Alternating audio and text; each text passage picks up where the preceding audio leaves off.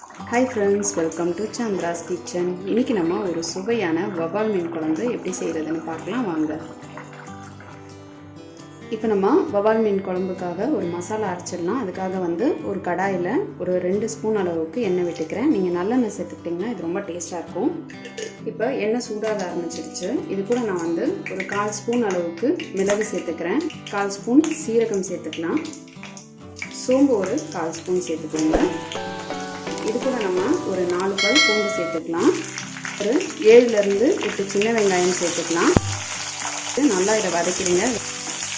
இப்போ வெங்காயம் நல்லா வதங்கிடுச்சு. நான் ஒரு தக்காளி பழத்தை வெட்டி வச்சுருக்கேன், அது இதோட சேர்த்துக்கலாம். சேர்த்துட்டு இதை நல்லா வதக்கிடுங்க. ஒரு கொத்த அளவுக்கு கருவேப்பிலையும் சேர்த்துக்கலாம். இது கூட ஒரு 1/4 ஸ்பூன் அளவுக்கு மஞ்சள் தூள் சேர்த்துக்கலாம். இப்போ இது நல்லா வதங்கட்டும்.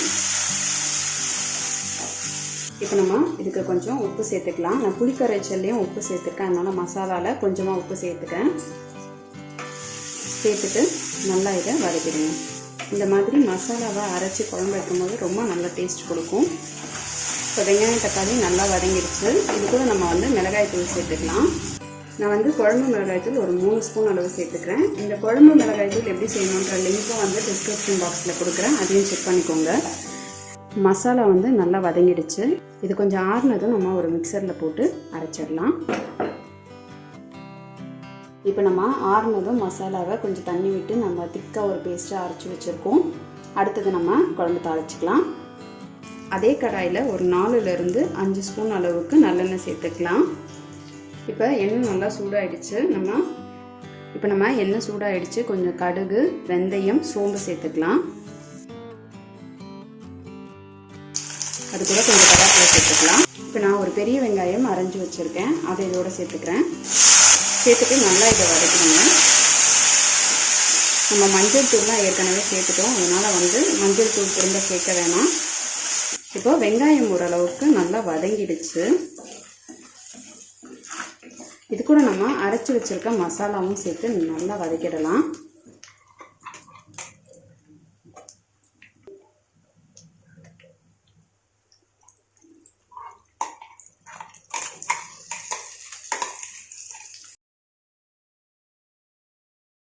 இப்போ நம்ம மசாலா சேர்த்தாச்சு. நல்லா இதை வதக்கிடலாம்.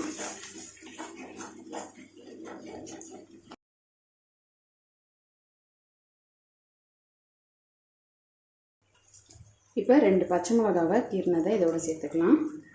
சேர்த்துட்டு நல்லா இதை வதக்கிடுங்க. இந்த மாதிரி மசாலாலேருந்து நல்லா எண்ணெய் பிரிஞ்சு வர அளவுக்கு இதை வதக்கிடுங்க. இப்போ எண்ணெய் பிரிஞ்சு வருது. இந்த டைமில் இப்போ நான் ஒரு லெமன் சைஸ் அளவு புளியை கரைச்சி வச்சுருக்கேன், உப்பு சேர்த்து. அந்த கரைச்சலை இதோடு சேர்த்துக்கலாம். கொஞ்சம் நல்லா தண்ணியாகவே இதை கரைச்சிக்கோங்க.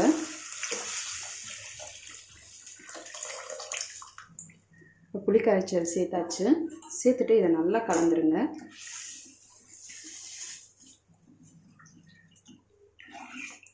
புளியோட பச்சை வாசனை போகிற அளவுக்கு நல்லா இது கொதிக்கட்டும்.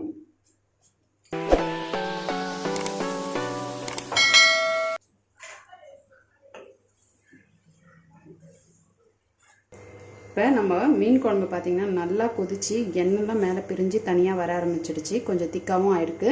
இந்த டைமில் நம்ம க்ளீன் பண்ணி எடுத்து வச்சுருக்கிற வவால் மீனை இதோட சேர்த்துக்கலாம். சேர்த்துட்டு இதை லைட்டாக கலந்துருங்க. மீன் போட்டு ஒரு 2 நிமிஷம் இது கொதிக்கட்டும்.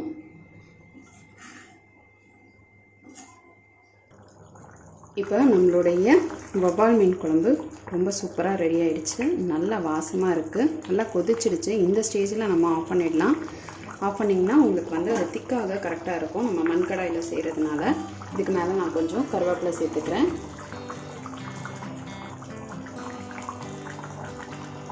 சேர்த்துட்டு லைட்டாக இதை கலந்து விட்டுடலாம்.